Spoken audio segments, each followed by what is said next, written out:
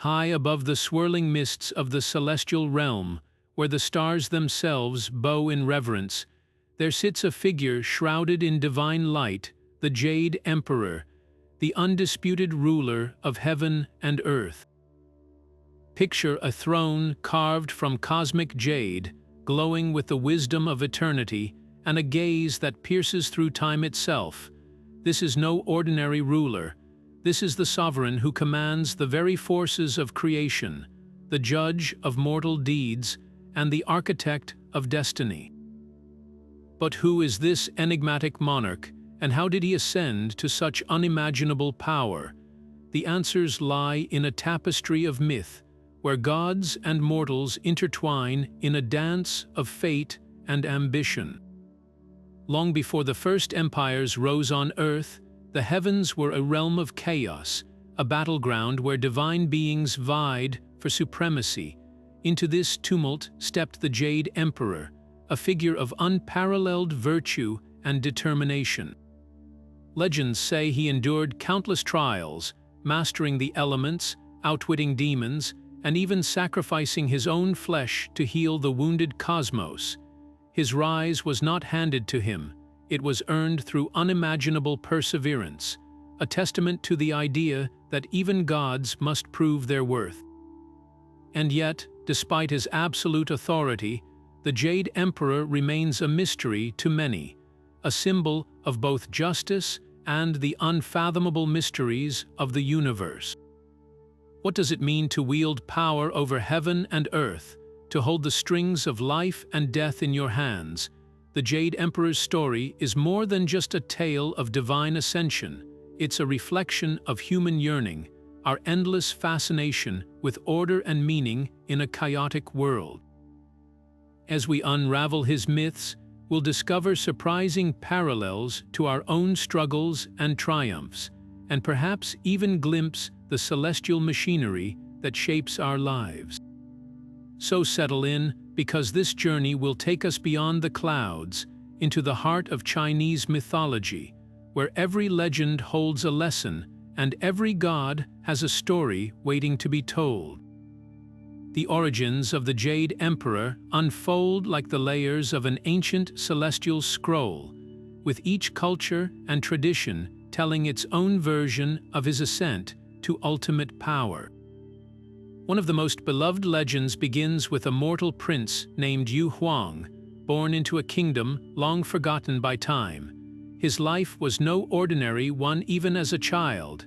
He displayed wisdom beyond his years, showing compassion to the poor and standing firm against injustice. But the heavens had greater plans for him. In some versions of the myth, he renounces his earthly throne, choosing instead to meditate in the mountains for thousands of years, refining his spirit until he transcends mortality itself. This journey wasn't just about gaining immortality, it was a trial by fire, testing his resolve, humility, and dedication to cosmic harmony. Taoist traditions, however, paint a different picture. Here, the Jade Emperor emerges not from mortal struggle, but from the primordial forces of creation. He is the embodiment of the Tao, the eternal principle of balance, appearing at the dawn of time to bring order to chaos. In these stories, he doesn't earn his throne, he simply is the throne, a fundamental force woven into the fabric of existence. Yet even this version carries profound meaning. He represents the unshakable law of the universe, a reminder that all things, from the smallest blade of grass to the mightiest dynasty, must eventually bow to the natural order. Folktales add yet another layer, blending divine majesty with human relatability. One popular story tells of a celestial competition where the gods themselves held a contest to determine who was most worthy of ruling heaven. While other deities boasted of their strength or wisdom, the Jade Emperor, often disguised as a humble traveler, demonstrated kindness to every being he met, feeding starving animals, healing the sick, and even offering his own life to save others. In the end, it wasn't raw power that crowned him, but his unwavering virtue. These competing legends might seem contradictory, but together they reveal something extraordinary. The Jade Emperor isn't just a god, he's an ideal. Whether as a mortal who ascended through sheer will or a cosmic force predating time itself, he embodies the belief that true authority comes from wisdom, compassion, and balance. His stories resonate because they mirror our deepest hopes, that fairness prevails, that perseverance is rewarded, and that even in a vast and unpredictable universe, there is an order worth striving for. The celestial court of the Jade Emperor is a marvel of divine order, a sprawling heavenly bureaucracy mirroring the grandeur of ancient China's imperial administration.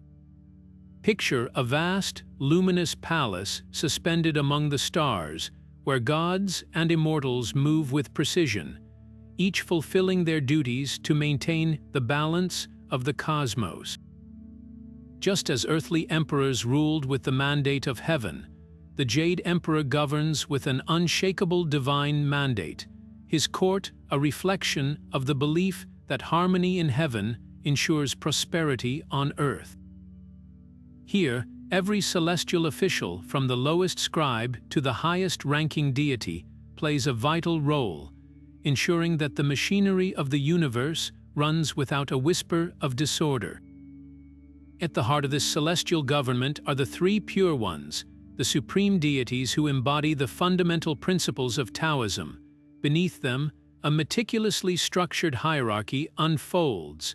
The four heavenly kings guard the cardinal directions, the dragon kings control the rains and rivers, and the kitchen god monitors mortal households, reporting back on human virtue and vice.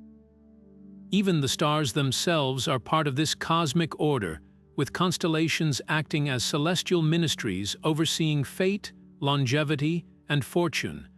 This isn't just mythology, it's a divine mirror of the Confucian ideals that shaped imperial China, where every individual, whether human or god, has a place and a purpose. What makes this heavenly court so fascinating is how deeply it intertwines with the concept of the mandate of heaven, the ancient belief that rulers were granted divine authority, but only so long as they governed justly. The Jade Emperor's court operates on the same principle. Gods who neglect their duties or act selfishly face demotion or even banishment, just as corrupt officials once did in the mortal realm. Even the gods, it seems, are subject to cosmic accountability. This parallel serves as a powerful metaphor. Whether in heaven or on earth, true power comes with responsibility, and no one, not even a deity, is above the law of balance. Yet the heavenly bureaucracy isn't just about rigid order, it's also a testament to the interconnectedness of all things. Take the story of the moon goddess Chang, whose exile to the lunar palace was overseen by celestial judges, or the star-crossed lovers Xinu and Niulang, whose annual meeting across the Milky Way is permitted only by the emperor's decree. These tales reveal a system that's as compassionate as it is disciplined, where even divine laws leave room for mercy and human emotion. The Jade Emperor's court, then, is more than an administrative marvel. It's a cosmic tapestry woven with threads of justice, duty, and the occasional celestial loophole. By understanding this heavenly hierarchy, we glimpse something profound about the Chinese worldview, that the universe, for all its mystery, operates with a logic both familiar and deeply reassuring. The same values that guided emperors' virtue, harmony, and the consequences of failing one's duty also govern the gods, and perhaps that's the most enduring lesson of all. Whether mortal or divine, the pursuit of balance is the highest calling of all. Behind every great ruler stands an equally formidable family, and the Jade Emperor is no exception. At his side sits the Queen Mother of the West, Zai Wangmu, a goddess whose majesty rivals his own. She presides over the sacred Kunlun Mountains, a paradise of immortality where peaches of eternal life ripen once every 3,000 years.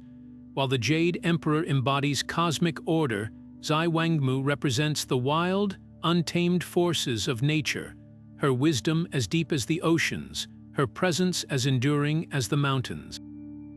Together, they form a divine balance, he the stern but just ruler, she the nurturing yet fiercely protective matriarch of the heavens. Their union isn't just a celestial marriage, it's a harmony of opposites, a reminder that even the universe thrives on duality. Their children, the three star gods Fu, Lu, and Shu, are among the most beloved figures in Chinese folklore, each bestowing blessings that mortals crave above all else. Fu, the god of prosperity, isn't just about wealth. He embodies the abundance that comes from hard work and virtuous living. You'll often see him depicted holding a scroll, symbolizing the rewards of knowledge and diligence. Then there's Lu, the god of status and influence, who doesn't merely grant high office, but teaches that true success comes from serving others with integrity. And finally, Shu, the grinning, bald deity with a towering forehead, carries the gift of longevity, not just more years, but a life filled with health and joy. Together, they form a triad of hope, their combined blessings representing the ultimate human aspiration, a life of meaning, achievement, and vitality. What's fascinating is how these deities blur the line between myth and daily life. During festivals, you'll find their images everywhere, adorning doorways, embroidered on robes, even stamped onto coins. They aren't distant gods, but intimate companions in the human journey. Take the legend of the fisherman who saved a drowning child, only to discover it was Fu in disguise, rewarding his kindness with a lifetime of good harvests. Or the scholar who shared his last meal with a beggar none other than Lu, who later secured him a position in the emperor's court. These stories aren't just fanciful tales, they're moral compasses, teaching that divine favor isn't arbitrary but earned through compassion and virtue. Yet the Jade Emperor's family isn't just a collection of benevolent gift-givers. Zai Wangmu, for instance, has a formidable side. She's the guardian of cosmic secrets, the one who decides which mortals may sip from the elixir of immortality. Her peaches, said to grant eternal life, aren't freely given but reserved for those who have proven their worthiness. And let's not forget her role in the legend of the cowherd and weaver girl, where she plucks a hairpin from her brow to carve the Milky Way, separating the star-crossed lovers as a lesson in duty and sacrifice. Here, the divine family isn't just blessing mortals, they're shaping the very fabric of human experience, intertwining fate with free will. This celestial household reflects a profound truth. In Chinese cosmology, even gods are bound by relationships and responsibilities. The Jade Emperor may rule heaven, but his authority is tempered by his consort's wisdom and his children's roles as bridges between the divine and the mortal. Their stories resonate because they mirror our own families, full of love, tension, and shared purpose. When we hang a Fu character upside down during Lunar New Year, a pun for prosperity arrives, or offer peaches to elders in hopes of long life, we're not just performing rituals. We're engaging with a celestial family whose myths remind us that blessings aren't just given, they're cultivated through how we live, how we love, and how we honor the delicate balance of heaven and earth. Even the most powerful ruler faces challenges to their authority, and the Jade Emperor's reign was no exception. Among the most legendary of these confrontations was his epic clash with the irrepressible Monkey King, Sun Wukong, a rebellion that shook the heavens to their very foundations.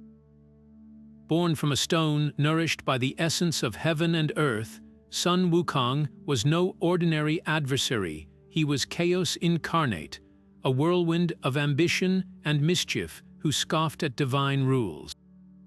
After mastering supernatural arts, stealing the Dragon King's treasures, and even erasing his name from the Book of Life and Death, he turned his sights skyward, demanding a place among the gods. The Jade Emperor, ever the tactician, tried to placate him with a minor celestial title, but the Monkey King saw through the ruse. What followed was a cosmic showdown, Sun Wukong's unchecked defiance pitted against the unyielding order of the heavens. This wasn't just a battle of strength, it was a clash of philosophies. The Monkey King represented raw potential and unbridled freedom, while the Jade Emperor stood as the guardian of cosmic harmony. When Sun Wukong declared himself great sage equal to heaven, it was more than boastful arrogance. It was a direct challenge to the very idea of hierarchy. The heavens trembled as armies of gods failed to subdue him, until finally, the Buddha himself intervened, trapping the rebel beneath a mountain for 5 centuries. But here's the twist: the Jade Emperor didn't destroy Sun Wukong. Instead, the ordeal became a lesson in transformation. The Monkey King's eventual redemption as a protector of the Tang monk on their westward journey shows that even the wildest chaos can be channeled into purpose, but only under the Emperor's overarching design. Then there were the Dragon Kings, rulers of the waters, whose allegiance to the celestial court was often tested by their own tempestuous natures. In one famous tale, the Dragon King of the East Sea withheld rain from the mortal realm out of petty spite, causing devastating droughts. The Jade Emperor's response was swift and severe. The dragon was stripped of his rank and executed, his body displayed as a warning to other wayward deities. This wasn't just divine retribution, it was a reminder that no one, not even the mightiest dragon, could disrupt the balance between heaven and earth without consequence. Yet, interestingly, the Dragon Kings weren't mere villains. In other stories, they served as vital allies, controlling floods or bestowing magical gifts. Their complex relationship with the Jade Emperor reflects a delicate truth.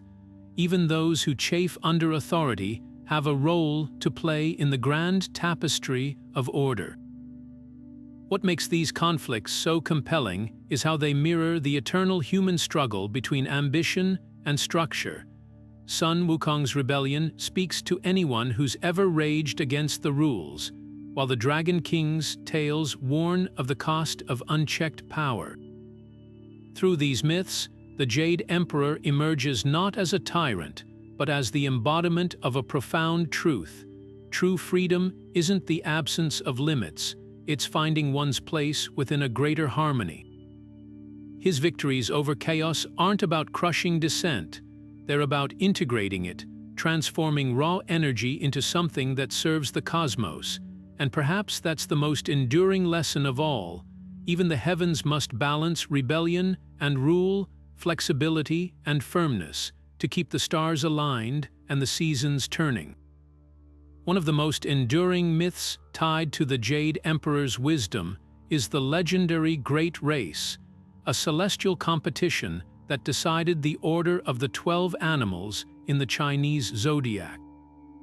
Picture a river wide as the horizon, its currents swift and treacherous, with the promise of eternal glory waiting on the opposite shore. The Jade Emperor, ever the strategist, didn't merely assign these ranks. He let the animals prove their worth through cunning, perseverance, and sometimes sheer audacity. This wasn't just a race, it was a test of character, a divine lesson wrapped in the thrill of competition. At the starting line stood an unlikely assortment of creatures: the ox, steady and strong; the tiger, fierce and proud; the rabbit, small but nimble; even the humble rat, barely a flicker in the shadow of larger rivals. The rules were simple: cross the rushing river, and the first 12 to reach the other side would earn a place in the heavens. their names etched into time itself. But as with all things orchestrated by the Jade Emperor, nothing was quite as straightforward as it seemed. The rat, often dismissed as insignificant, hatched a clever plan. Knowing the ox's strength would carry him across the water, the rat hitched a secret ride on his broad back, only to leap ahead at the last moment, securing first place in the Zodiac. The ox, ever patient, claimed second without resentment, while the tiger, muscles straining against the current, dragged himself to third. Then came the rabbit, who might have seemed outmatched by the river's fury until it revealed its ingenuity.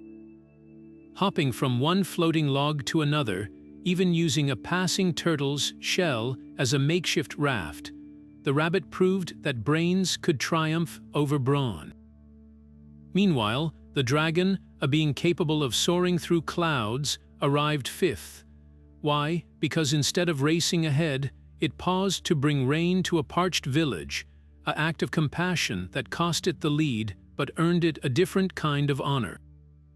Even the horse, galloping toward victory, was outwitted at the last moment by the snake, which slithered unseen onto its hoof, then startled it with a sudden flicker of movement, claiming sixth place while the horse settled for seventh.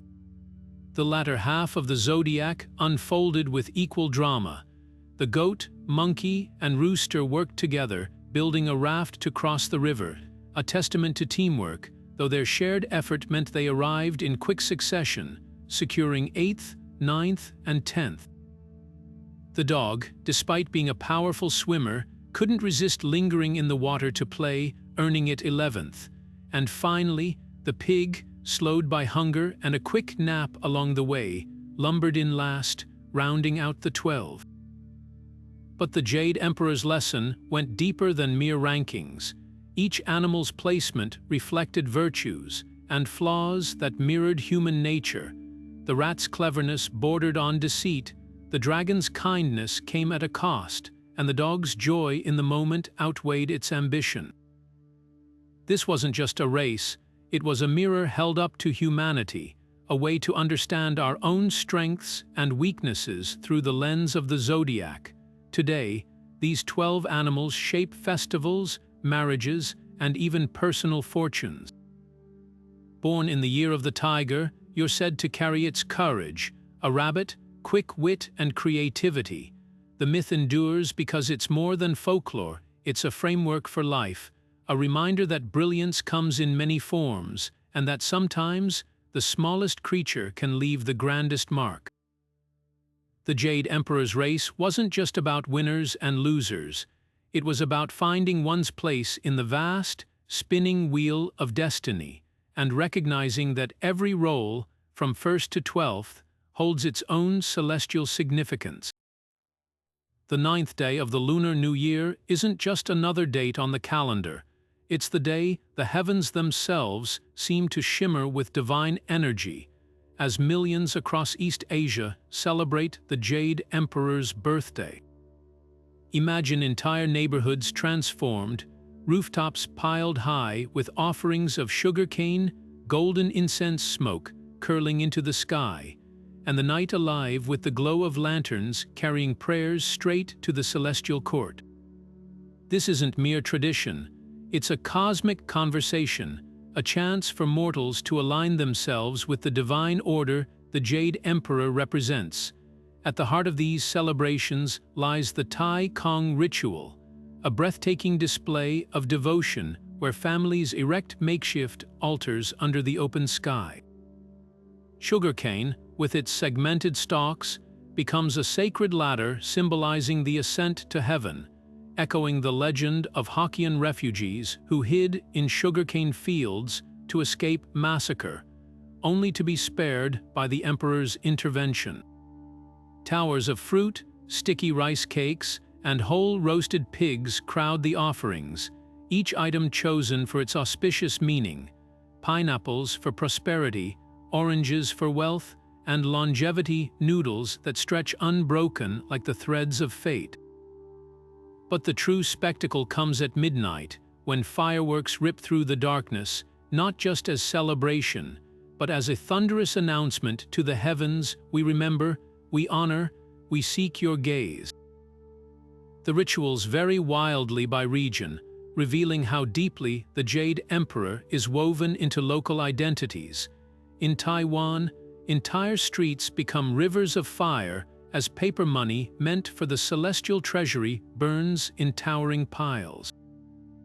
Malaysian devotees stage elaborate operas where performers channel divine messengers, their painted faces flickering in the torchlight. Meanwhile, in Singapore, sky lanterns rise in synchronized flocks, each carrying handwritten wishes, some pleading for health, others for business success, a few even scribbled with quiet hopes for love. What unites them all is the unshakable belief that the Jade Emperor, on this one night, listens a little closer, yet beneath the pageantry lies a profound reciprocity. The rituals aren't just about asking for favors, they're about upholding cosmic harmony. When a shopkeeper in Guangzhou spends half a year's earnings on incense, or a fisherman in Penang abstains from meat for 40 days before the festival, they're participating in an ancient contract, honor given for blessings received. Even the taboos surrounding the day carry weight: no washing hair, lest you rinse away good fortune; no arguing, to keep the emperor's court free of discord. This isn't superstition, it's a language of symbols, a way to navigate the invisible bonds between heaven and earth. Perhaps the most striking aspect of these festivals is how they blur the line between myth and lived reality. For one night, sugarcane vendors become priests, apartment balconies become sacred space, and every whispered prayer becomes part of a celestial ledger. The Jade Emperor may reign from unimaginable heights, but on his birthday, he feels startlingly close: a divine father checking his children's homework, weighing their deeds, and maybe, just maybe, tipping the scales of fate in their favor. In Taoist cosmology, the Jade Emperor stands as the supreme sovereign of the three realms: heaven, earth, and the underworld, a triad of existence that forms the very foundation of the universe. His authority isn't just symbolic, it's woven into the fabric of Taoist practice, where every ritual, every scripture, and every prayer acknowledges his role as the ultimate arbiter of cosmic harmony. Ancient texts like the Jade Emperor's Mind Seal Classic reveal him not merely as a distant ruler, but as a conduit to enlightenment, with passages describing how aligning one's spirit with his divine will can unlock profound inner peace. Temples dedicated to him often occupy the highest points in cities, their roof lines stretching toward the heavens as if to bridge the mortal and celestial realms. Step inside, and you'll find altars draped in imperial yellow, the air thick with the scent of sandalwood, where devotees kneel to present petitions written on crimson paper, pleas for healing, justice, or guidance, all entrusted to the emperor's unerring judgment. Divination practices further illustrate his intimate connection to daily life. Taoist priests might cast moon blocks, divination tools shaped like crescent moons, to seek his counsel, interpreting the way they land as answers to urgent questions.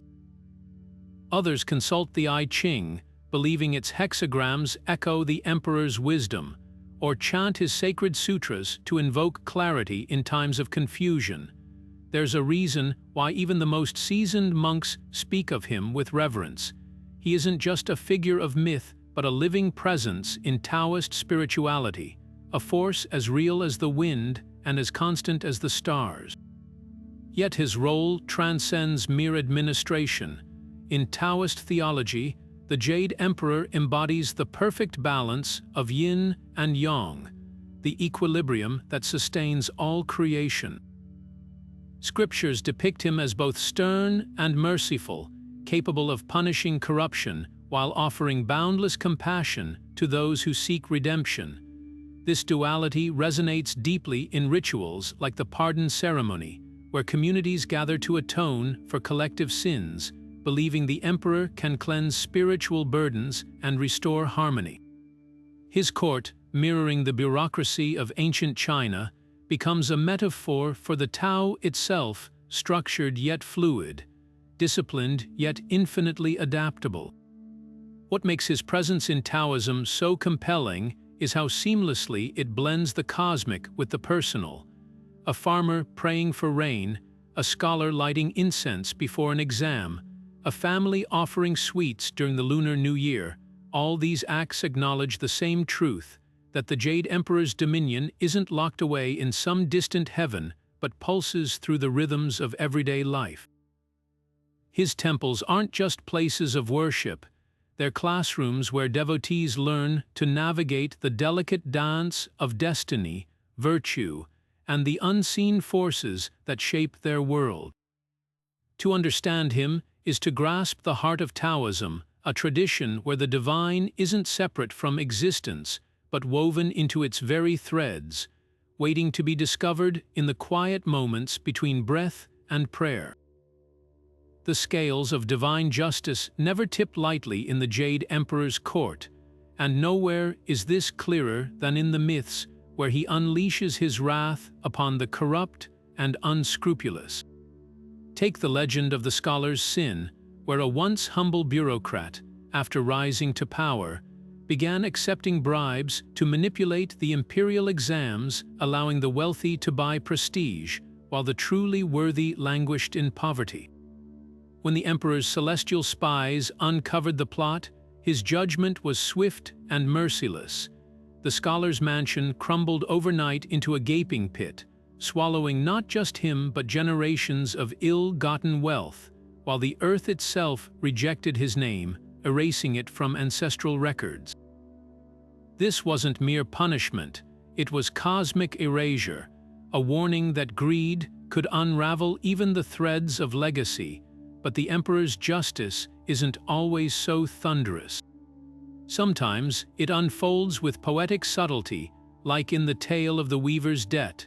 A silk merchant notorious for exploiting his workers, skimming their wages, shackling them with impossible contracts, once arrogantly burned an offering of counterfeit gold paper to the heavens, mocking the gods' demands for sincerity. The next morning, his warehouses stood intact, his ledgers flawless, but every bolt of silk he touched unraveled at the slightest pull, the threads as fragile as his hollow promises. Within a month, his empire of lies collapsed, his clients abandoning him for rivals who'd treated their weavers fairly.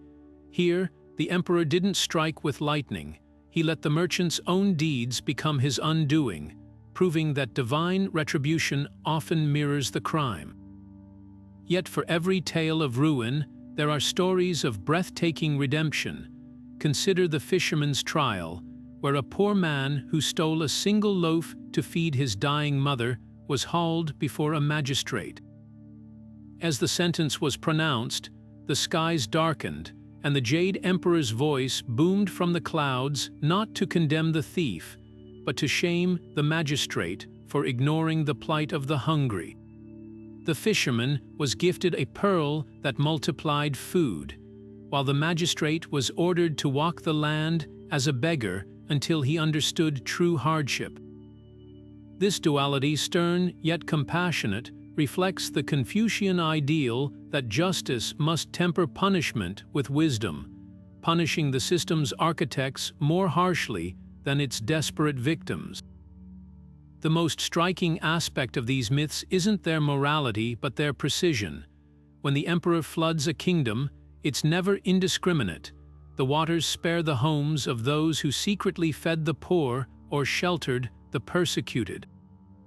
When he curses a bloodline, descendants who break the cycle of cruelty find their curses lifted, their fields suddenly fertile.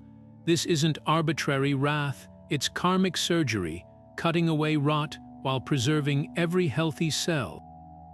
Even his rewards are meticulously tailored. The farmer who shares his last grain receives a harvest that feeds thousands, while the scholar who refuses to cheat is granted not just success, but the clarity to use it wisely. These stories endure because they're more than folklore. They're a celestial blueprint for human governance. The Jade Emperor's decrees taught emperors to rule with fear and favor, merchants to weigh profit against piety, and families to honor integrity over ambition. His courtroom isn't just in heaven, it's in the conscience of every person who's ever faced a choice between right and easy, every community that's had to rebuild after corruption's collapse. And perhaps that's the real lesson. Divine justice isn't about vengeance. It's about restoration, the unshakable promise that no deed, good or ill, ever truly vanishes into the void. A single glance at the Jade Emperor's depiction in classical art reveals a tapestry of meaning woven into every detail. Seated upon a throne carved from coiled dragons, his posture exudes unshakable authority. But these aren't just any dragons.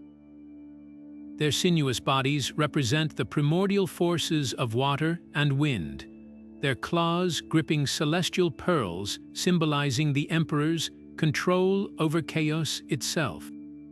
The throne's backrest often rises like a flaming mandorla, not just framing his divinity, but echoing the Taoist belief that true rulers harness opposing energies, the dragon's young ferocity balanced by the cool jade in his hands. That jade tablet he holds isn't merely ceremonial.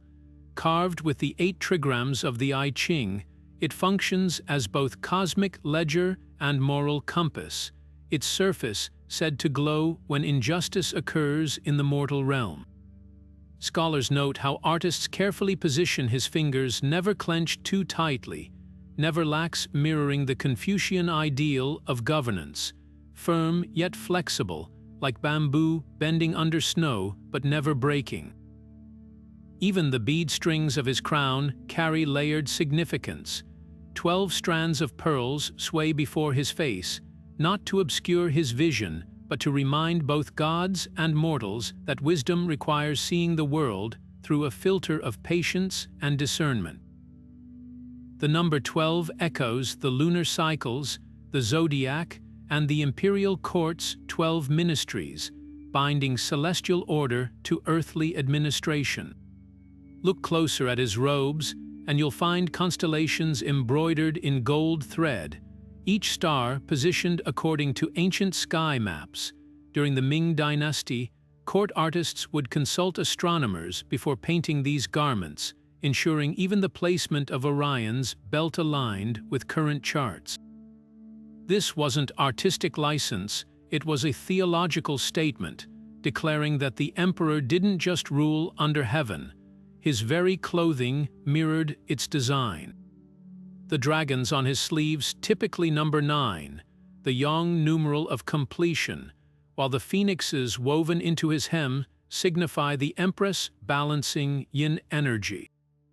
Perhaps most revealing is what's frequently absent from these portraits: weapons. Unlike the thunderbolts of Zeus or the trident of Shiva, the Jade Emperor's authority isn't symbolized by instruments of force, but by objects of knowledge and ritual. Even his dragon throne lacks armrests, a subtle nod to the Taoist principle that true power doesn't cling or control. Contemporary restorers working on temple murals have noted traces of crushed lapis lazuli in the blue pigments of his robes, a deliberate parallel to Buddhist depictions of cosmic Buddhas, blending spiritual traditions into a unified vision of enlightened rule. These artistic choices transcend aesthetics, they're visual commandments. When a Song Dynasty scroll shows him holding a scroll instead of the tablet, scholars recognize it as a commentary on his role as guardian of sacred texts. When King-era porcelain places him among blooming peonies, flowers of wealth, and cranes, symbols of longevity, it broadcasts a promise: just rulership begets prosperity. Even modern adaptations, from Taiwanese puppet theater to Shanghai anime, retain these core symbols, proving their enduring power. The dragon throne may be gilded, but its true worth lies in what it teaches, that legitimacy isn't taken, it's earned through harmony with the visible and invisible threads of the universe. Where Zeus hurls thunderbolts in fits of passion and Odin wanders battlefields in search of glory, the Jade Emperor presides over his celestial bureaucracy with the steady hand of a scholar administrator. This difference cuts to the heart of what sets Chinese cosmology apart. While Western sky gods often embody raw power and personal drama, the Jade Emperor's might lies in his unwavering commitment to order. Picture Zeus on Mount Olympus, transforming into animals to pursue mortal lovers, or Odin sacrificing an eye for wisdom amidst feasts and wars. Now contrast that with the Jade Emperor reviewing petitions in his heavenly court, surrounded by ministers tallying human virtues on jade tablets. One thrives on chaos and charisma, the other ensures the stars move on schedule and the rains fall where they're needed. The distinction reflects deeper cultural values. Greek and Norse myths celebrate individual heroism. Think of Heracles wrestling monsters or Thor challenging giants to drinking contests. But in Chinese tradition, even the gods submit to collective harmony. The Jade Emperor didn't win his throne through feats of strength. He earned it through self-cultivation, proving his worth by mastering patience and justice. Where Odin's hall Valhalla echoes with the clashing swords of fallen warriors, the Jade Emperor's court hums with the quiet efficiency of scribes recording mortal deeds. It's no coincidence that his symbols, the imperial seal, the administrative tablet, mirror the tools of earthly emperors rather than weapons of war. Even their relationships with humanity diverge dramatically. Zeus interacts with mortals through capricious interventions, cursing kings, fathering demigods, or punishing entire cities for slights. The Jade Emperor, by contrast, operates through systems. The kitchen god reports on family morals. The city god mediates local disputes. The dragon kings regulate waterways. He's less a character in mortal dramas and more the architect of cosmic infrastructure. When floods or droughts strike, Chinese folklore rarely blames the emperor's temper. Instead, it's a sign of disrupted balance, often caused by human corruption or negligent lesser gods. His role isn't to meddle but to restore equilibrium, yet this doesn't make him impersonal. Unlike the aloof Yahweh of early Judaism or the abstract Brahman of Hinduism, the Jade Emperor listens. Scrolls from the Tang dynasty depict commoners writing petitions to him on red paper, burning them so the smoke carries their pleas skyward. Folk tales show him personally rebuking corrupt officials or rewarding filial piety, proving he's no detached bureaucrat but a ruler invested in moral order. His power structure isn't cold machinery, it's a mirror of Confucian ideals where good governance stems from virtuous leadership. Perhaps the most telling comparison lies in their flaws. Zeus' infidelities and Odin's deceptions paint them as complex but morally ambiguous. The Jade Emperor, however, is rarely portrayed with such human failings. His stories emphasize consistency when he errs. It's usually from excessive mercy, as when he pardons repentant ghosts, or temporary blindness to mortal suffering, quickly corrected once revealed. This isn't a lack of depth, it's a reflection of how Chinese culture venerates stability over theatrics. The greatest divinity isn't the most dramatic, but the most reliable, the one who ensures dawn follows night and harvest follows rain, season after season, eon after eon. These contrasts reveal more than theological differences, they unveil how civilizations imagine ideal power.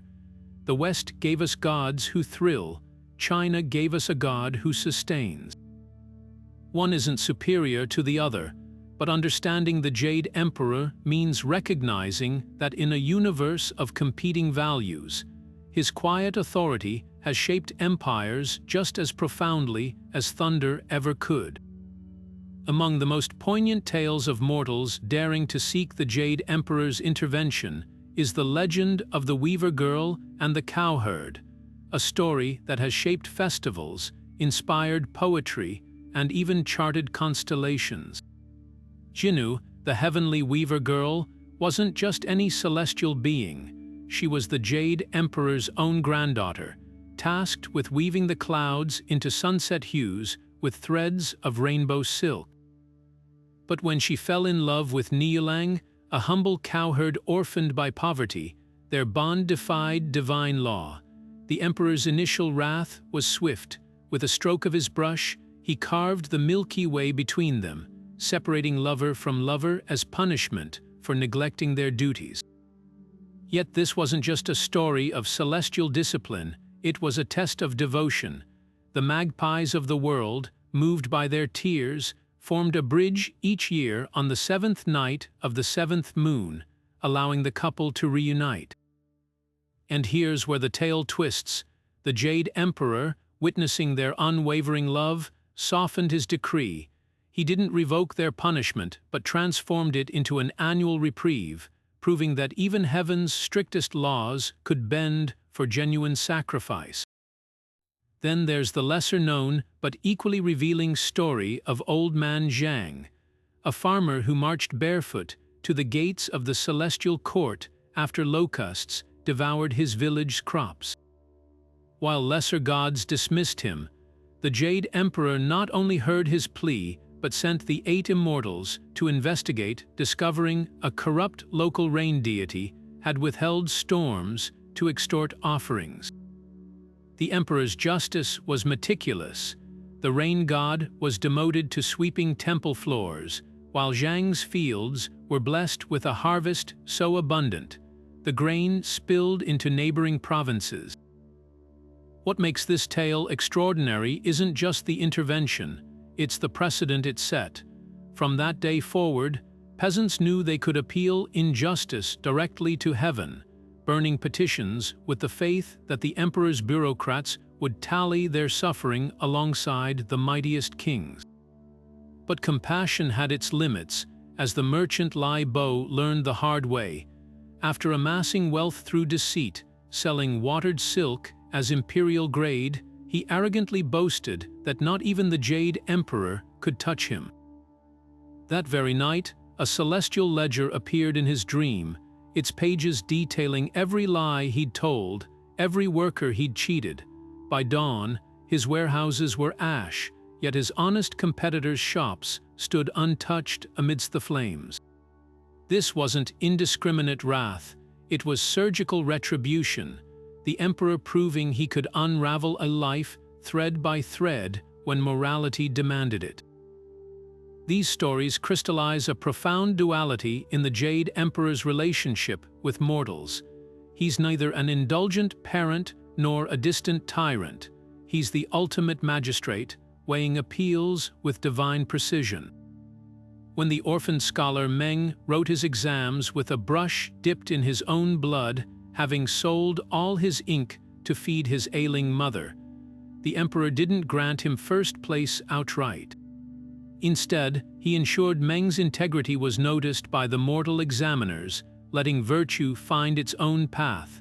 Such tales shaped a cultural ethos where fairness wasn't just hoped for, it was expected, with the celestial court as final arbiter. Even today, when lovers gaze at the Milky Way during the Kixi festival, or villagers burn paper indictments against corrupt officials, they're participating in an ancient dialogue between earth and heaven, where justice might be delayed but is never, ever denied. At the heart of the Jade Emperor's celestial dominion lies a secret more coveted than gold or glory, the alchemy of immortality, a sacred science guarded as fiercely as the gates of heaven itself. In Taoist tradition, the pursuit of eternal life isn't mere fantasy, it's an intricate dance of chemistry and spirituality, where mortals and deities alike seek to harness the elixirs that defy death. And presiding over this cosmic pharmacy is none other than the Jade Emperor, who doesn't merely hoard these treasures but regulates their flow with the precision of a divine apothecary. His consort, Zai Wangmu, tends the fabled peaches of immortality in her orchard on Kunlun Mountain, but even these fruits, ripening once every 3 millennia, are dispensed only to those who have proven their worthiness through lifetimes of virtue. The process of crafting these elixirs is anything but simple. Ancient alchemists, both mortal and immortal, toiled in hidden laboratories, blending cinnabar, gold, and rare herbs under astrologically auspicious alignments. Texts like the Bayapuzi detail how these substances weren't just physical ingredients, but vessels of cosmic energy, their transformation mirroring the practitioner's inner refinement. A single misstep, a mistimed heating, an impure element could turn the brew to poison, a stark reminder that immortality wasn't a gift but a reward for those who mastered both themselves and the universe's hidden rhythms. The Jade Emperor's role here is subtle but absolute. His celestial ministers oversee the planetary influences that govern these reactions, ensuring the secrets of longevity remain just beyond the grasp of the unworthy. Yet the quest for immortality wasn't confined to laboratories.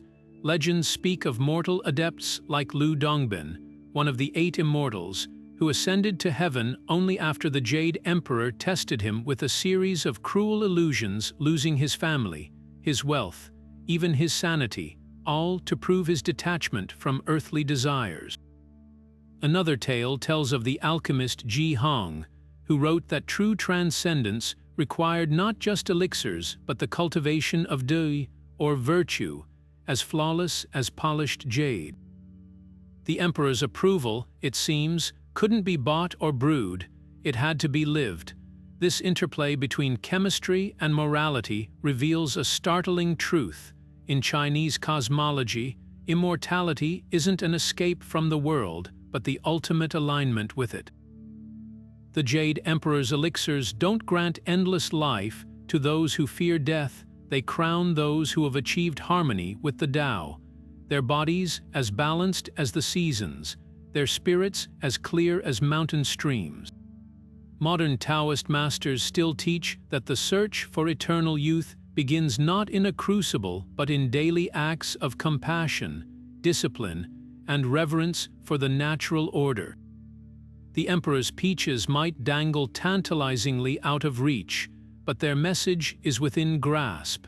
To live forever, one must first learn to live rightly. Perhaps that's why the most poignant tales of failed alchemy aren't about explosions or miscalculations, but moral collapses. Take the tragic case of Emperor Qin Shi Huang, who filled his court with charlatans promising quick-fix elixirs, only to die from mercury poisoning, a grim punchline to his tyranny.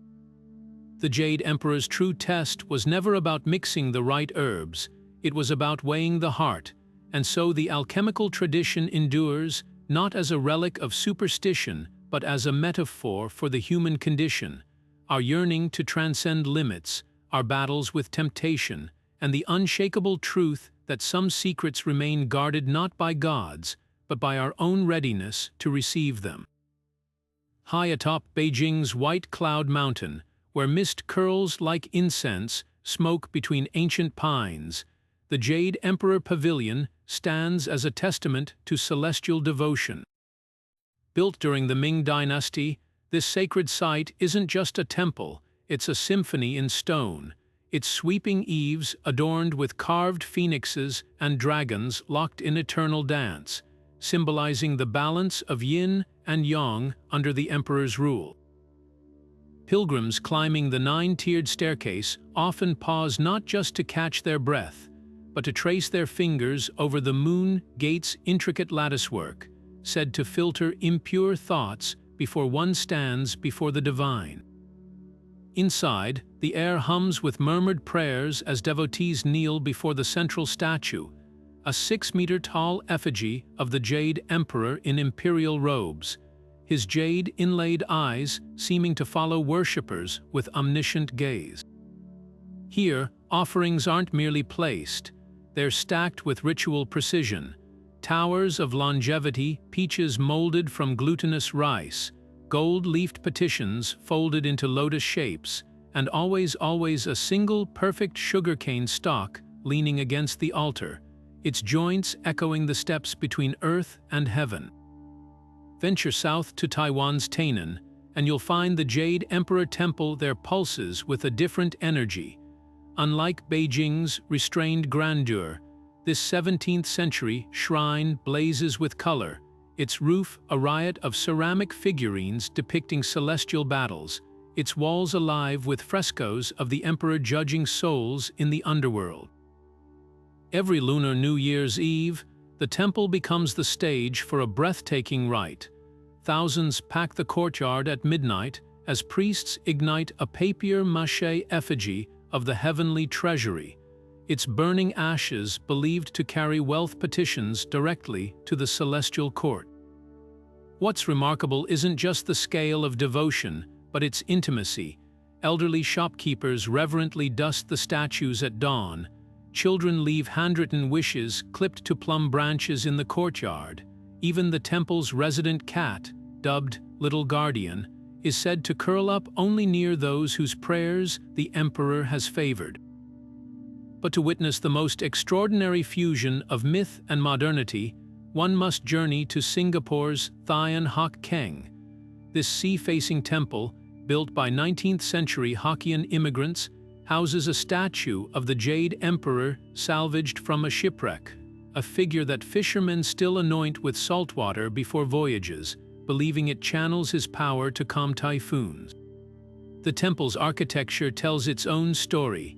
European ceramic tiles from colonial trading partners form the rooftop fenghuang, while dragon pillars donated by Straits Chinese merchants twist upward like smoke from an altar. On the emperor's birthday, the harbor beyond lights up with LED lanterns shaped like his celestial compass, their glow reflecting on the water like a path of stars leading back to heaven. These sites aren't frozen in time, they're living dialogues between the eternal and the everyday. In Shanghai's Jing'an Temple, bankers rub the feet of the Jade Emperor's statue before major deals, a practice that grew from ancient scholar oil traditions. In Malaysia's Penang, Taoist priests channel his voice during chanted debates called spirit writings, where divine edicts appear in sand trays. Even the humblest village shrines keep his presence fresh. Automated incense dispensers now stand alongside Ming Dynasty censers, and QR codes link to digital donation plates inscribed with celestial glyphs.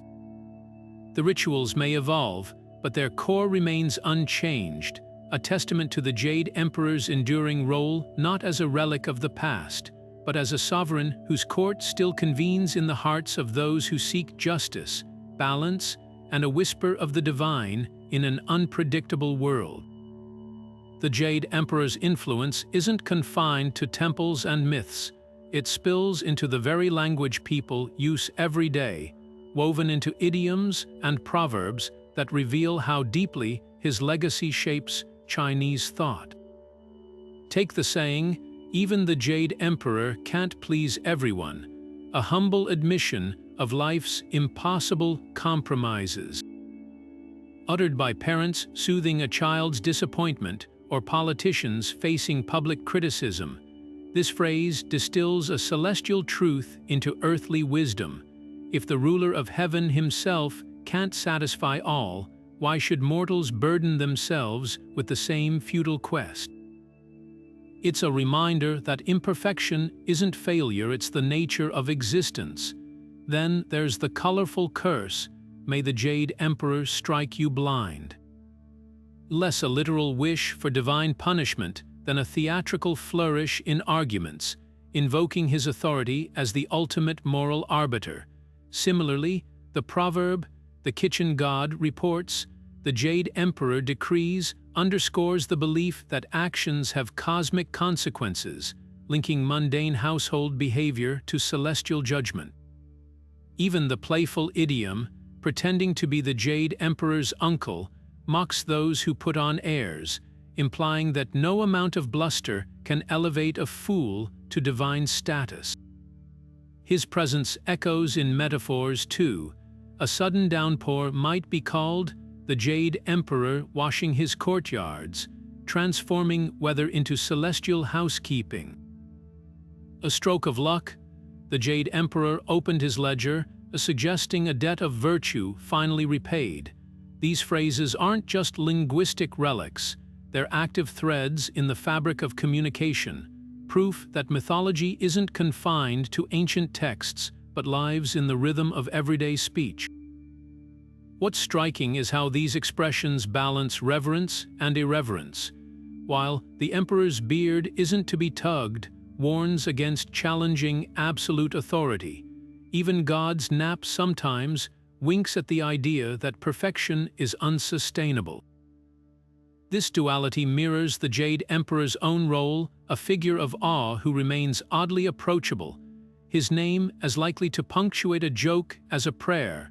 From tea houses to boardrooms, his idioms serve as shorthand for life's paradoxes, blending the sacred and the familiar in ways that make the divine feel less distant and more like a wise, if occasionally exasperated, grandfather.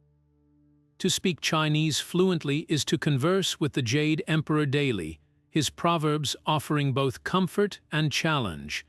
They remind us that language isn't just a tool for communication, it's a living archive of collective memory, where gods still walk among words and every syllable can carry the weight of heaven. From animated films to blockbuster video games, the Jade Emperor continues to command attention in modern pop culture, his divine presence adapted for new audiences while keeping the essence of his mythos intact. Netflix's The Monkey King reimagines his celestial court with dazzling CGI, presenting him less as a stern ruler and more as a weary administrator frustrated by Sun Wukong's antics. Yet even here, his unwavering commitment to cosmic order shines through.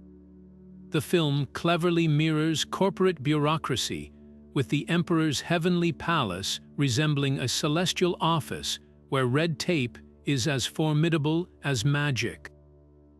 This portrayal resonates with younger viewers, translating ancient themes of hierarchy and responsibility into relatable metaphors about systems too vast for any one rebel to dismantle. Video games take a different approach, often casting him as a hidden architect rather than a direct character. In Smite, his divine aura empowers the Chinese pantheon's abilities, while Wo Long, Fallen Dynasty weaves his influence into environmental storytelling. Players discover crumbling shrines where NPCs whisper of his judgments affecting the war-torn landscape. These subtle appearances reinforce his role as an omnipresent force rather than a combatant, a narrative choice that preserves his dignity while letting lesser gods and mortals take center stage. Even mobile games like Onmyoji feature him in event storylines as a final arbiter, his interventions brief but pivotal, like a chess master adjusting a single piece to alter the entire board. Television adaptations, however, dare to humanize him in surprising ways. The 2021 series Investiture of the Gods portrays him grieving the loss of a favored mortal, his tears causing unseasonal rains, a vulnerability rarely shown in classical myths. Meanwhile, American-born Chinese repositions him as a symbol of cultural identity, his mythology becoming a bridge for the protagonist to embrace his heritage. These iterations highlight a fascinating trend. Modern storytellers are less interested in his omnipotence than in his emotional complexities, exploring what it costs to wield absolute power in an ever-changing world. Yet through all these reinterpretations, certain core traits remain unshakable. Whether he's a harried bureaucrat, a spectral patron, or a grieving deity, the Jade Emperor is always the anchor of cosmic balance. His robes might swap Ming Dynasty embroidery for digital animation. His court might trade jade tablets for holographic interfaces, but his essence endures, a reminder that some truths, like the seasons or the stars, transcend even the boldest retellings. Even the mighty Jade Emperor isn't immune to a clever trick, a truth whispered in lesser-known myths that peel back his infallible veneer. Take the tale of the fox spirit's deception, where a sly, nine-tailed fox, disguised as a grief-stricken widow, convinced the emperor to grant her a celestial pardon for her clan's past misdeeds. Moved by her theatrical tears, he ordered their sins struck from the heavenly records, only to discover months later that the widow had been playing the long game, using his mercy to cover fresh crimes. The twist: instead of unleashing wrath, the emperor merely chuckled, impressed by her audacity, and decreed that foxes would forever walk the line between tricksters and divine messengers. This story reveals a startling flexibility beneath his stern exterior. He values cunning almost as much as virtue, so long as it doesn't disrupt the cosmic balance. Then there's the scandal of the drunken eclipse. According to folktales from Fujian, the celestial dragon responsible for swallowing the sun during eclipses once failed to appear at his post because he'd been sharing a barrel of heavenly wine with the Jade Emperor himself. As panic spread among mortals below, the moon goddess Chang had to step in, hurling her luminous pearl to mimic the sun's glow until the hungover dragon staggered back to duty. The incident was quietly scrubbed from official records, but the emperor's reputation for occasional indulgence lingered in regional folklore. It's a rare glimpse of celestial fallibility, where even the arbiter of order can let discipline slip, so long as the mistake is corrected before it unravels fate's threads. More subversive still is the Hmong legend of the fire theft, where the Jade Emperor hoarded flame to keep humanity in darkness. A brave cricket, tired of watching people shiver, smuggled embers in its mouth, burning its vocal cords to deliver fire to the world. The Emperor's punishment: he didn't condemn the cricket, he granted it a place among the stars, recognizing that rebellion could sometimes serve a greater good. This version flips the script entirely, painting him not as a benevolent provider, but as an obstacle to progress, his authority challenged by the smallest and humblest of creatures. These stories matter because they transform him from a distant judge into a complex ruler who learns as much as he teaches. When a mortal seamstress outwits him by stitching a cloak that makes the wearer invisible to heavenly spies, he doesn't revoke the invention, he commissions one for himself.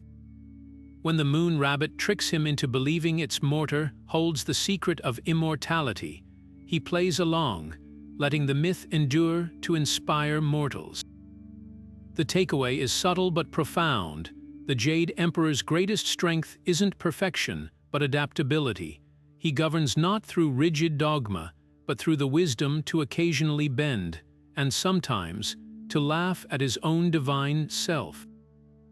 Among the Jade Emperor's most trusted advisors, few hold sway over mortal lives quite like the star god of longevity, Shu Xing.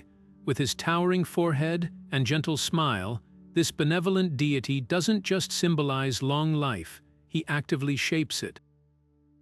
Folktales describe him wandering earthly villages in disguise, testing hearts before bestowing his gifts.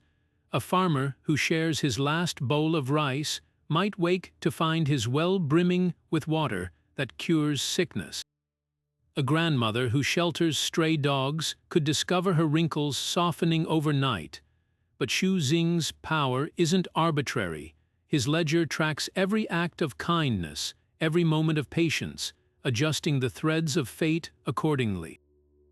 Unlike Western conceptions of death as an inevitable force, Shu Xing represents the Chinese belief that longevity is earned through virtuous living, a cosmic reward system overseen from the celestial courts.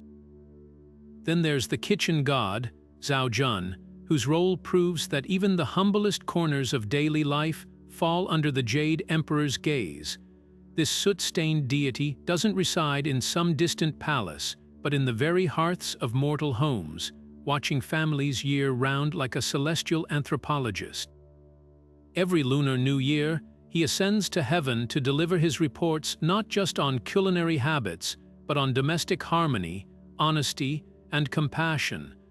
Families sweeten his departure with sticky melon candies, hoping to coat his words in sugar, while others jokingly smear his paper portrait's lips with rice wine to loosen his tongue. Beneath these playful traditions lies a profound concept. Morality isn't confined to grand gestures, but is measured in everyday moments: how we treat servants, whether we waste food, the tone we use with elders. The kitchen god transforms the mundane into the sacred, reminding us that heaven's eyes peer through the smoke of frying pans as clearly as temple incense. Lesser known but equally vital is the city god, Cheng Huang, who serves as the Jade Emperor's regional magistrate. Each Chinese city historically had its own Cheng Huang temple, where the deity, often a deified historical figure known for justice, presided over local disputes. Unlike the celestial formality of higher gods, Cheng Huang engaged directly with mortal concerns.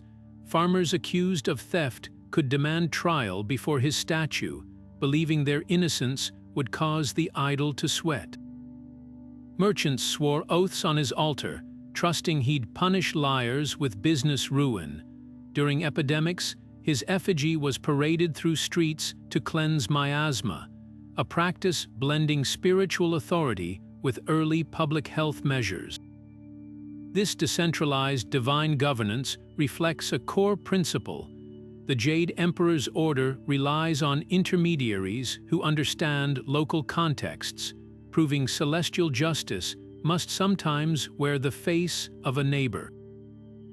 Perhaps the most colorful advisor is Lei Gong, the thunder god, whose hammer strikes not just as natural phenomena, but as targeted divine retribution. Folklore paints him as a blue-skinned, bat-winged enforcer who chases down those who have escaped earthly justice. A corrupt official might survive years of schemes only to be reduced to ashes by a lightning bolt, precisely when boasting of his invincibility. Yet Lei Gong isn't mere punishment incarnate, he's also a cosmic corrector. When his bolts split ancient trees, Taoist texts interpret it as the destruction of lingering evil spirits hiding within. His storms cleanse as much as they destroy, echoing the Jade Emperor's dual role as both judge and renewer of cosmic balance. These advisors form a celestial tapestry of accountability and grace, each thread connecting heaven to the grit of mortal existence. Whether through Shu Xing's merciful ledger or Lei Gong's fiery hammer, they ensure the Jade Emperor's will isn't some abstract decree but a living force, as present in a grandmother's kitchen as in the grandest temple. Their stories teach that divinity isn't distant, it's woven into the fabric of daily choices, a reminder that every act, from sharing bread to speaking truth, ripples through both earth and heaven. In the silent expanse of the night sky, where comets streak like celestial brushstrokes and constellations wheel in perfect harmony, the Jade Emperor's hand moves unseen but unmistakable. Ancient Chinese astronomers didn't merely observe the heavens, they decoded them as a living scroll of divine decrees, each celestial event a missive from the celestial court. When a comet blazed across the sky in 964, Tang dynasty courtiers didn't see a random space rock. They saw the emperor's warning etched in fire, a portent of rebellion that prompted the empress to dismantle an entire military faction. This wasn't superstition, it was cosmic governance, where the heavens functioned as both clock and compass under the Jade Emperor's meticulous oversight. Central to this celestial bureaucracy are the 28 lunar mansions, a system older than the Great Wall itself. Imagine the sky divided into 28 inns where the moon rests during her nightly journey, each mansion governed by its own celestial official appointed by the Jade Emperor. The Azure Dragon's 7 mansions herald spring's arrival, while the Black Tortoise's domains signal winter's approach. But these aren't just pretty markers, they're a celestial filing system. When the moon lingered too long in the Net Mansion during the Song dynasty, astrologers interpreted it as the emperor's displeasure with corrupt grain taxes, sparking reforms that saved thousands from famine. Even today, traditional farmers in Guangxi still time their planting by these lunar stations, trusting the emperor's celestial rhythms over modern almanacs. Then there are the wandering stars, what we call planets, each an ambassador of cosmic energy reporting directly to the celestial throne. Venus wasn't just a bright dot to Han Dynasty observers, she was Tai Bai, the white gold star, whose sudden dimming in 206 BC signaled the Jade Emperor's withdrawal of favor from the Qin dynasty. Court astrologers kept meticulous records of planetary conjunctions, believing these alignments reflected the emperor's shifting priorities. A Mars-Jupiter meeting might greenlight military campaigns, while Saturn's retrograde could freeze imperial edicts mid-issuance. The most striking example, when astronomers predicted the Great Conjunction of 1623, the Chongzhen Emperor postponed his coronation rites by 3 months, fearing the celestial imbalance would doom his reign, a decision that ironically coincided with the Manchu invasions, proving the heavens' warnings were not to be ignored. Eclipses held particular terror and fascination. Unlike Western myths of dragons devouring the sun, Chinese tradition saw these events as the Jade Emperor's celestial audits. The court's eclipse rescue rituals were no mere pageantry. Emperors would fast, release prisoners, and even publicly confess faults to realign human affairs with divine will. A famous 10th-century scroll shows the Emperor Zhenzong standing barefoot in the snow during a solar eclipse, his robes hastily tied in the humility knot, while ministers banged gongs to awaken the distracted sun.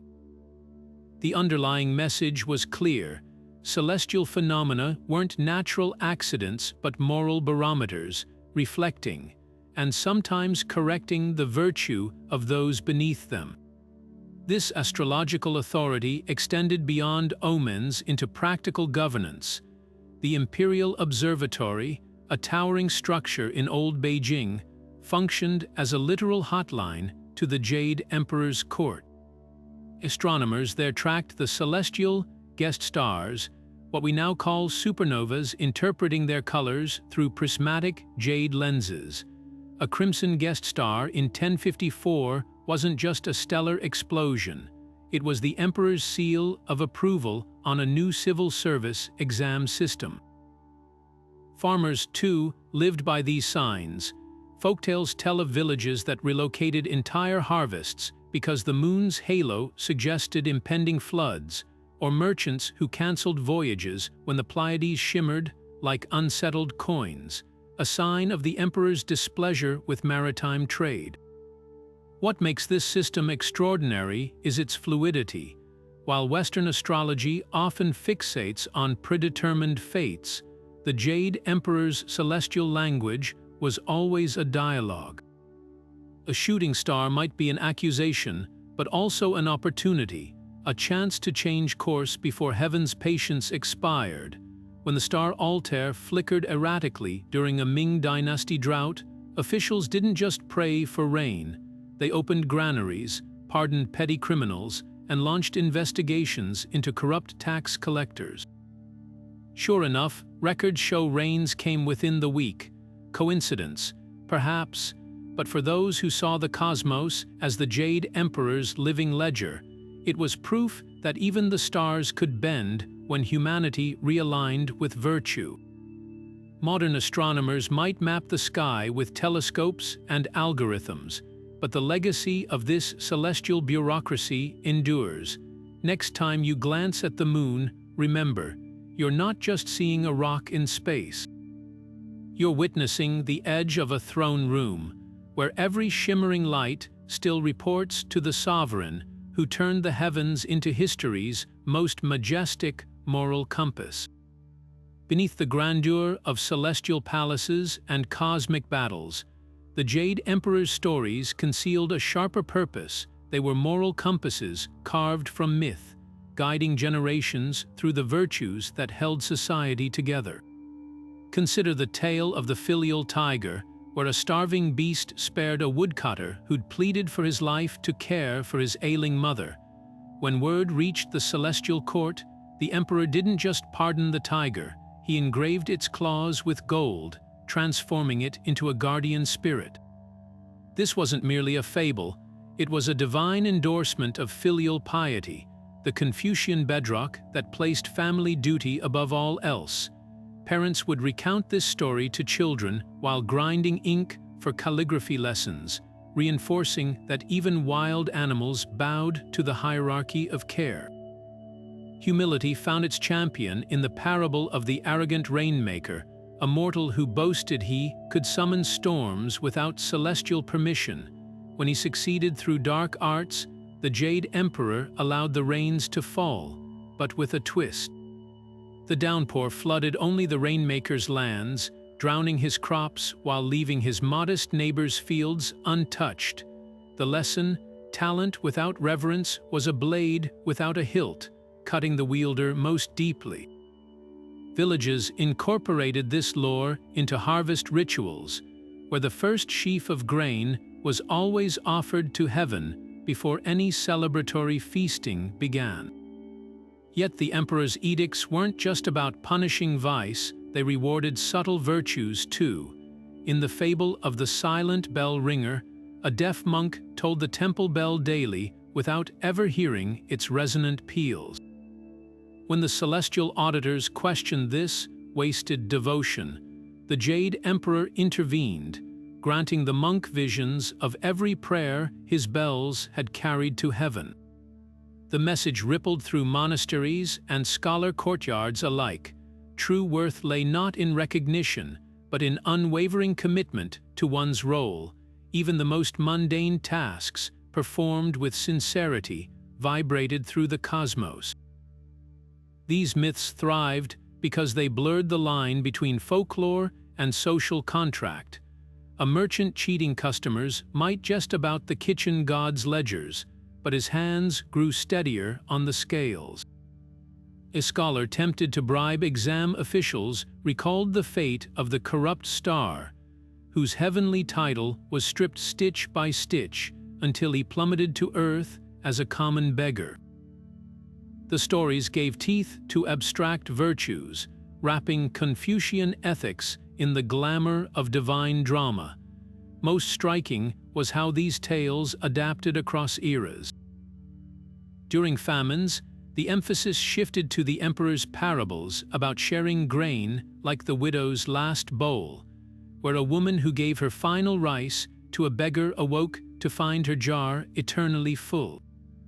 In times of war, storytellers revived legends of the broken sword, a general who surrendered rather than sacrifice his men, only to be elevated as the god of strategic retreat. The Jade Emperor's myths weren't static, they were a living curriculum, tailored to shore up whatever virtues society neglected. Today, their legacy lingers in unexpected places. When a Taipei subway ad shows a teenager texting, "I'll be late, eat first," to his grandmother, only to receive a celestial notification, the Jade Emperor disapproves, it's more than humor. It's proof that these ancient stories still whisper in modern ears, reminding us that kindness, humility, and duty aren't just old-fashioned ideals. They're the invisible threads holding the fabric of heaven and earth together, woven tight by the loom of myth and the hands of a ruler who understood that the best laws aren't written in ink, but in the unforgettable language of storytelling. The Jade Emperor's grand design for the mortal world was never a solo endeavor. It was a masterpiece of celestial delegation, where every mountain, river, and valley bore the fingerprints of divine collaboration. Take the legend of Yu the Great, the god engineer entrusted with taming China's rampaging floods. While the emperor surveyed from his jade throne, Yu spent 13 years carving channels through rock with an enchanted adze, his hands calloused and his knees worn to bone from kneeling in the mud. But here's the twist. The Jade Emperor didn't command these labors through rigid decree. He gifted Yu a sacred compass that aligned with the stars, then stepped back, allowing the god's ingenuity to shape the land's arteries. The resulting rivers, the Yellow, the Yangtze, weren't just geographical features. They were testaments to a cosmic philosophy that true creation thrives when authority trusts skilled hands. Elsewhere, lesser-known deities like the mountain sculptor worked in quiet reverence. Folktales describe this enigmatic figure needing peaks like clay, pinching up the jagged Huangshan spires while leaving the softer slopes of Gilin's karst hills to weather into gentle curves. The Jade Emperor's only instruction: let each range tell its own story. Some peaks grew fierce as dragons' teeth, others round as sleeping turtles, their forms reflecting the personalities of their makers. Even the clouds clinging to their summits were the work of the weaving maidens, who spun mist from celestial looms under the emperor's watchful eye. This wasn't micromanagement, it was cosmic mentorship, where divine artisanship flourished within a framework of harmony. Waterways too had their architects. The dragon kings, often portrayed as rebellious in other myths, became willing collaborators here. The Jade Emperor granted them sovereignty over lakes and springs on one condition: their reigns must follow the rhythm of human need. In Sichuan, they carved the Jiuzhegu Valley's turquoise pools. In Yunnan, they layered the terraced rice paddies of Yuanyang like liquid staircases. But the most poignant touch, the emperor insisted every river bend gently around ancient villages, a celestial decree against unnecessary disruption.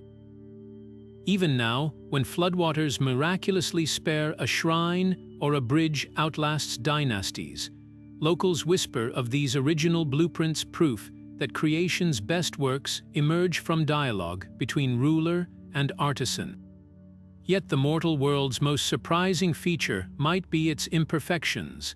Legend claims the Jade Emperor deliberately left the lowest plateau's dust unsettled, assigning the wind god to sweep powdered gold across its ravines each autumn. When questioned, the emperor replied, "What use is a world without reminders of transformation? Cracks in canyon walls, deserts that shift like living things. These weren't oversights but sacred punctuation, ensuring mortals would never mistake creation for something fixed or finished." This collaborative vision extended to the smallest details. The goddess of silkworms taught spiders to spin symmetrical webs, while the lord of granaries ensured wheat grew heavy enough to bow like respectful subjects. Every element, from the hexagonal symmetry of snowflakes to the Fibonacci spirals of sunflowers, was a divine specialist's signature. The brilliance of this system lay in its scalability.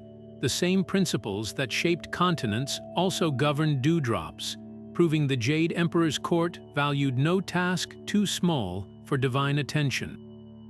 What emerges from these myths isn't the portrait of a solitary creator, but a celestial CEO who understood that true greatness comes from empowering experts. The world we walk through today, with its jagged coastlines and whispering grasslands, is essentially a collaborative project, one where the Jade Emperor set the vision, then stepped aside to let his pantheon's unique talents shine. Perhaps that's why ancient maps showed mountains as dragon spines and rivers as Inkai brushstrokes, not as artistic whims, but as accurate depictions of a world shaped by countless divine hands working in concert under one sovereign's unifying gaze. Across the Pacific, in San Francisco's Chinatown, where dragon gates mark the entrance to a world of red lanterns and herbal apothecaries, the Jade Emperor's birthday transforms Grant Avenue into a ribbon of fire. Here, generations of Cantonese immigrants have recreated the Tai Kong rituals of their ancestral villages, but with a twist, lion dancers weave between parked cars, and offerings of instant noodles and energy drinks sit alongside traditional rice cakes on sidewalk altars. The Tin Hau Temple, North America's oldest Taoist house of worship, becomes the epicenter of devotion, its ceilings hung with thousands of crimson prayer slips bearing wishes in Mandarin, English, and Spanglish. What's striking isn't just the preservation of tradition, but its adaptation. When fog blankets the city, devotees substitute sugarcane stalks with locally grown asparagus, its tall spears still echoing the ladder to heaven's symbolism. This is diaspora worship at its most vibrant, a celestial mandate filtered through the pragmatism of immigrant life. In Malaysia's Penang, the Jade Emperor's legacy thrives through the intricate ecosystem of clan associations. The Ku Kongsi, a lavishly carved guildhall built by Hokkien merchants in the 19th century, stages an annual celebration where the emperor's celestial court is reenacted with startling precision. Teenagers in LED-lit costumes portray the star gods, while elders chant petitions in a dialect nearly extinct in mainland China. The climax comes when a consecrated drone, a modern-day celestial messenger, lifts a digital scroll of grievances toward the heavens, merging ancient rites with cutting-edge technology. These communities don't just remember the Jade Emperor, they've made him a stakeholder in their multicultural reality, petitioning him for help with Malay business licenses or Indian landlord disputes with the same fervor their ancestors sought rain for rice paddies. Singapore's Thian Hock Keng Temple tells a different story of divine globalization. Founded by Fujianese sailors who nailed amulets of the Jade Emperor to their mastheads to survive monsoon crossings, it now draws Sri Lankan Tamil cleaners praying for sick parents and Korean students burning exam wishes. The caretakers have quietly incorporated Southeast Asian elements. Frangipani flowers replace traditional plum blossoms in offerings, and the emperor's statue wears a batik sash during Lunar New Year. This isn't syncretism, it's celestial diplomacy, proof that the god who once ruled solely over Chinese peasants now oversees a polyglot pantheon of needs. Even in Lima's Barrio Chino, where Cantonese and Hakka descendants have blended with Peruvian culture for 6 generations, the Jade Emperor endures as a symbol of resilience. The decade-long civil war that forced temple caretakers into hiding didn't break the tradition, it drove it underground, with coded prayers hidden in Catholic saint statues and festival dates shifted to avoid suspicion. Today, their descendants celebrate with a hybrid feast, dim sums stuffed with anticucho beef hearts and pisco bottles placed reverently beside the emperor's altar. The message is clear: diaspora doesn't dilute devotion, it forces it to evolve, to prove its worth anew in unfamiliar soil. From Johannesburg's Buddhist temples repurposed as community centers to Vancouver's rooftop shrines wedged between skyscrapers, these adaptations reveal a profound truth. The Jade Emperor isn't just a cultural relic preserved in amber, he's a living presence, his celestial bureaucracy expanding its jurisdiction to include tax audits in Toronto and visa approvals in Sydney. When a fourth-generation Thai, Chinese shopkeeper whispers her inventory prayers in Bangkok's Sampeng market, or when Houston's Taoist youth group debates whether Bitcoin donations count as virtuous offerings, they're participating in the same cosmic conversation that once echoed through the Forbidden City's courtyards. The rituals may change, but the contract remains. Honor the order of heaven, and heaven will honor the order of your life, no matter where fate plants your feet. Long before the first emperors ruled China, even before written history etched its first characters into oracle bones, another kind of power shimmered in the hands of ancient priests, the luminous green of jade.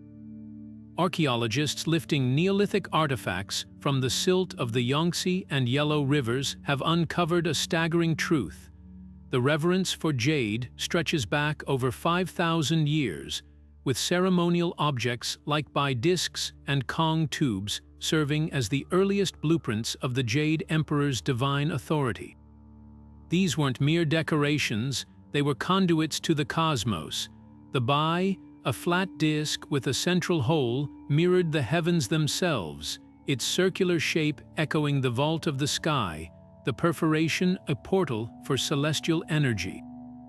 Priests would stack them in rituals, each layer a stratum of spiritual ascent, much like the Jade Emperor's tiered courts.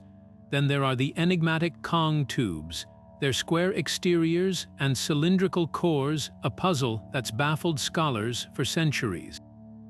Some theorize they represent the union of Earth square and heaven round, a physical manifestation of the balance the Jade Emperor would later enforce. Others point to their frequent burial with the dead, suggesting they were passports to the afterlife, early evidence of a belief in celestial bureaucracy that the emperor would perfect. The Liangzhu culture, which flourished around 3000 BCE, left behind Kong tubes carved with eerie precision, their surfaces incised with faces that may depict proto-gods or ancestral spirits.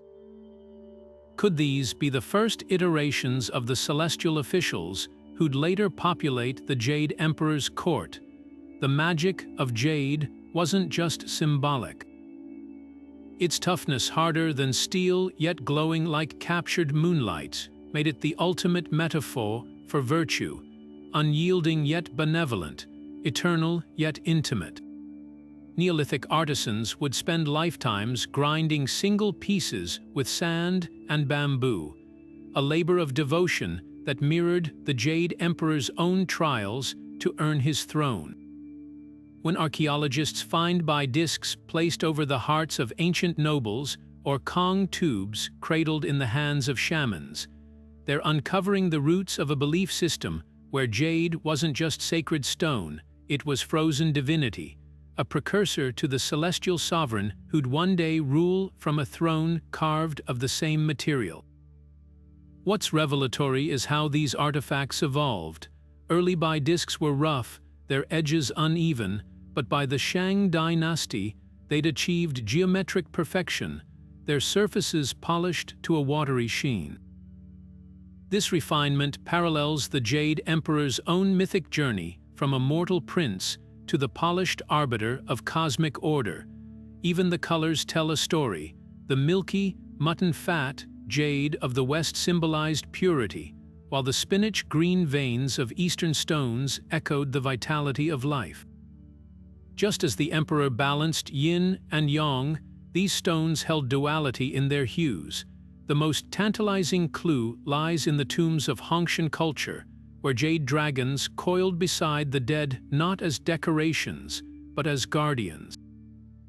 These sinuous creatures, predecessors to the dragons that adorn the Jade Emperor's robes, suggest an unbroken thread of belief that the divine ruler's authority didn't emerge fully formed, but was painstakingly assembled over millennia, piece by piece, like a jade mosaic waiting for its final sovereign to step into the frame. When a modern worshipper burns incense before a jade effigy of the emperor, they're participating in a ritual that predates writing, bridging the chasm between Neolithic Earth and the star-strewn halls of heaven. Is the Jade Emperor a distant force of nature or a god who hears prayers? This question has divided philosophers for centuries, revealing how a single myth can refract into countless interpretations. In classical Taoist texts like the Tao Te Ching, the emperor often appears less as a personified ruler and more as an embodiment of the Tao itself, the inexorable flow of the universe. His celestial court mirrors the orderly movements of planets. His decrees align with the seasons' unbreakable rhythms. Scholars point to passages describing him as the axis of the great millstone, turning the cosmos without effort or desire. This impersonal view resonated with imperial bureaucrats, who saw in him a divine parallel to their own administrative ideals, governance so perfect it becomes invisible, like gravity holding stars in place.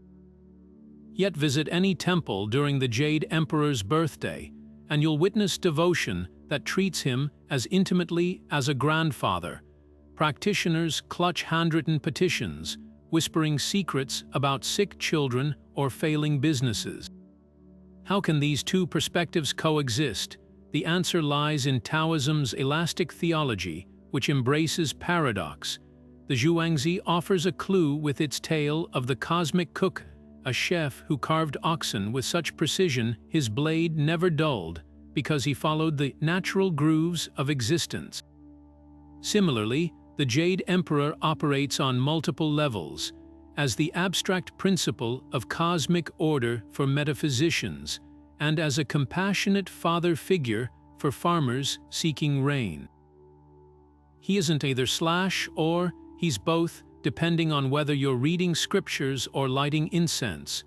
Buddhist adaptations add another layer. When Buddhism traveled the Silk Road to China, it encountered the Jade Emperor and didn't displace him, it reframed him. In texts like the Lotus Sutra, he becomes a deva, a powerful but ultimately mortal being still subject to reincarnation. This demotion might seem startling, but it served a profound purpose. It made him accessible. If even the celestial emperor had to strive for enlightenment, so could anyone.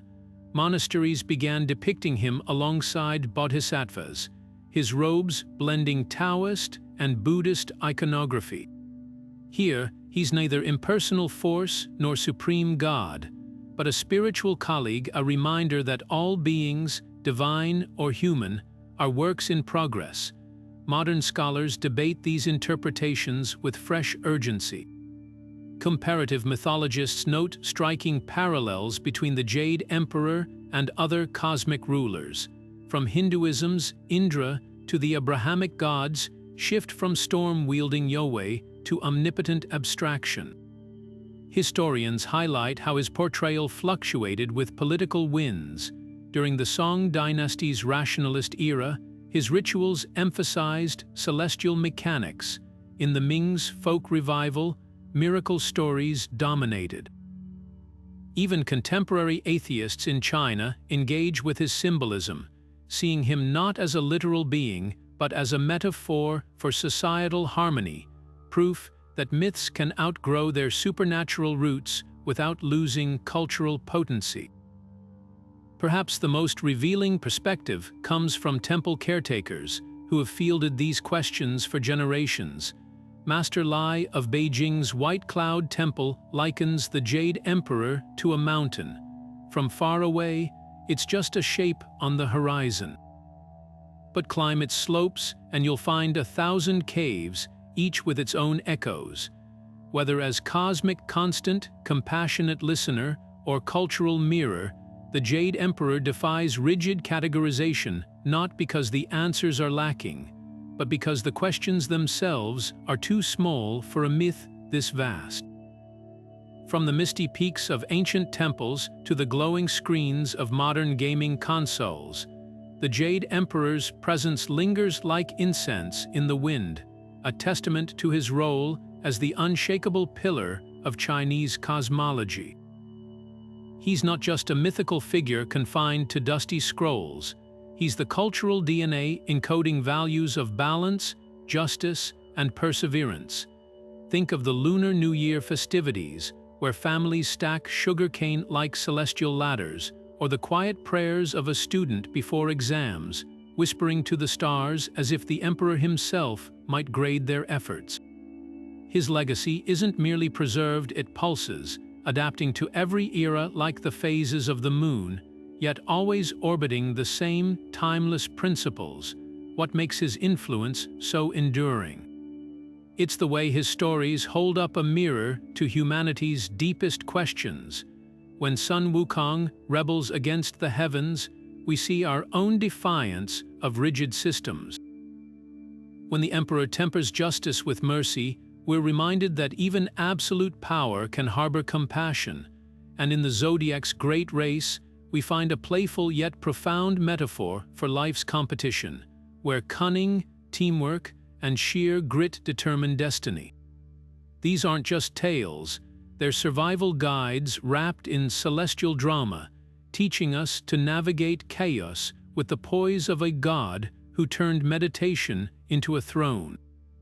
But the Jade Emperor's true triumph lies in his duality.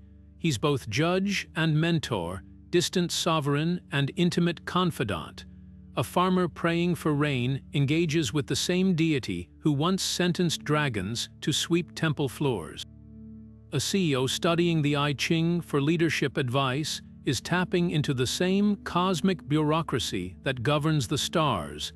This flexibility, this divine shape-shifting, is why he transcends time. Whether carved into Neolithic jade or rendered in pixelated glory, he remains the ultimate symbol of order in a universe teetering between chaos and harmony. So here's the challenge he leaves us with. Do you rage against the heavens like the Monkey King, daring to carve your name among the stars? Or do you seek the Emperor's wisdom, mastering patience and virtue to earn your place in the cosmic ledger? Whichever path calls to you, remember every myth is an invitation to question, to aspire, to find your thread in the tapestry of fate.